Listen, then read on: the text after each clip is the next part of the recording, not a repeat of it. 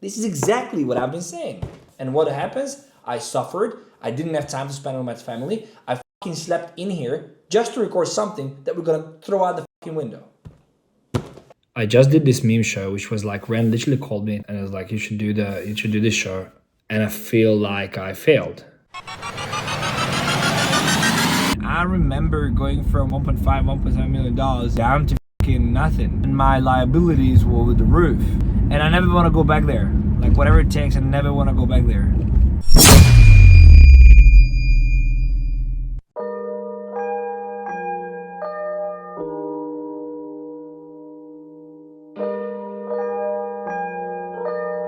Thank you. Talk to you. Ciao, ciao.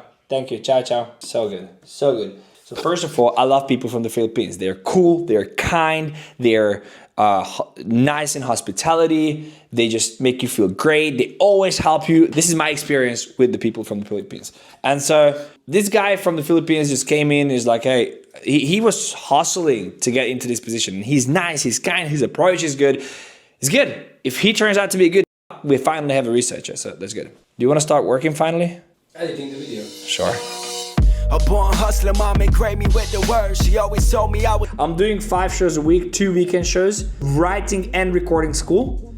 That's just the basic. And I don't have a researcher, so I'm doing everything on my own because it's crazy.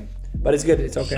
Label mom, I did it myself. Ain't no complaints on my side, ain't no excuse I could blame. So I am in front runners, so I'm very, very happy to get involved. Do live sessions, really open up the trading view as well, and like Q&As. I cut the grass to view the snakes, but yet I treat them the same. Remaining humble case I stumble. Like I like day trading. Just people can get wrecked because they don't understand that I can lose 7 trades and still make money on the 8th. You know what I mean? Like it's just... The one that swing his words like Spartan swords till God say enough. I never stop unless he say...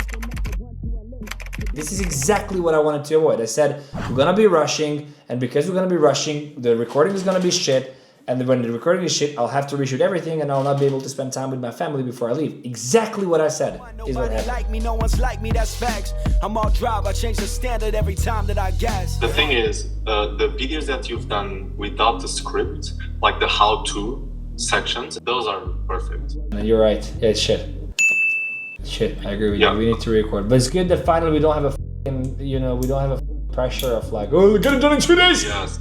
The editing is fucking incredible, bro. It's really good. That's not even final, that's V1s. As I said in the previous lesson, there are thousands of scammers and hackers worldwide working with one thing in mind. They want your crypto. I expected much worse. Meat quality, that didn't go to the post-production yet with the custom animations team. But this is what I've been saying to everybody.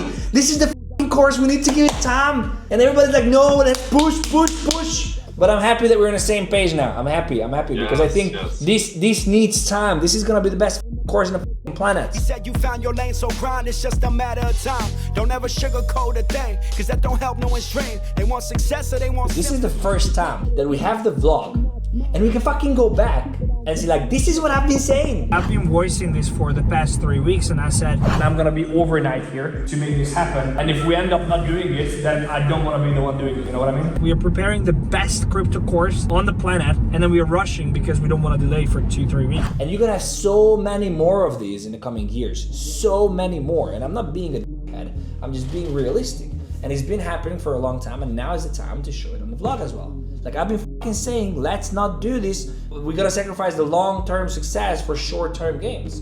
And what happens? I suffered. I didn't have time to spend with my family. I fucking slept in here just to record something that we're gonna throw out the fucking window. But anyway, it's good because at least we learn and I'm happy that it happened and I took one for the team, but this is exactly what I said. How are you, man? Tired, very tired, but good. No, it's been a fucking hell of a week, bro. Yeah. Cold as frozen, wrist on ice like that shit swollen, whoa. Fuck you mean like we on 𝗪𝗵𝗹𝗶. Did you rewatch every one of them? All of them are bad. I think it's, yeah. No, it's good. You know that. I'm all for excellence, so we have to be excellent. That's it. Them boys rude, they got no chill. Yeah, you know the deal. We stay on for real. WSOT is the largest, the one and only trading competition in the world. There is $10 million up for grabs, and Banter is the largest English-speaking squad. So I'm so pissed at it. I'm so pissed at this, bro. I'm so pissed. In this competition, WSOT, I didn't know. It doesn't matter what your P&L is, there is a score. And the score is based on what weight you're in. Are you heavyweight or not? Probably you had to put like $5,000 or something like onto the account to be heavyweight. And if you're heavyweight, you get more points. And even though I'm second in the competition, because I have 60% profits, I'm like 14th because of my score. It's just ridiculous. Like I have to make 500% to make it onto the first page. Bruh! So pissed at this.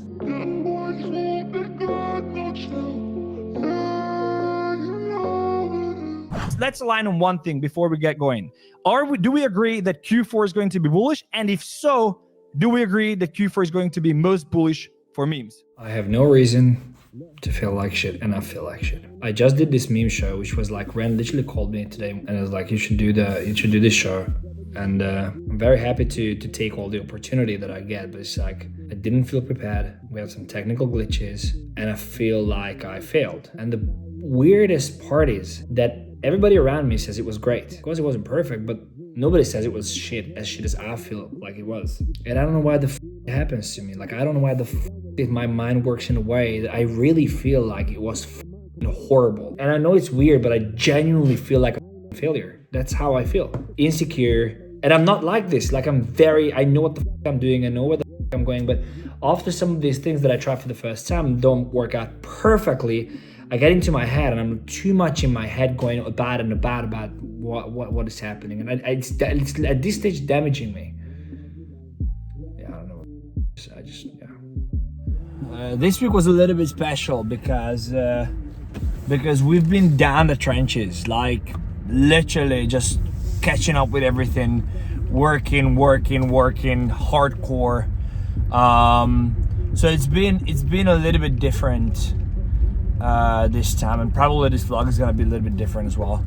You know, I started to think about what happens if the bear market comes, and I think it's very, very important for anybody who is in crypto and relying on so heavily on crypto like I am to start thinking about that as well. I'm not saying start thinking about an exit strategy, but start thinking about how you're gonna position yourself when the market starts cooling off and when everything basically stops. I do think there is an economic crisis coming, like a big one, and if that happens, crypto obviously will suffer horribly. Whether that's allocating into more cash or precious metals and then trading off of that, taking a loan against that and then trading with that money, or you know, whether that's something completely different that you can do even in the time of an economic crisis. You know, I'm coming from so deep.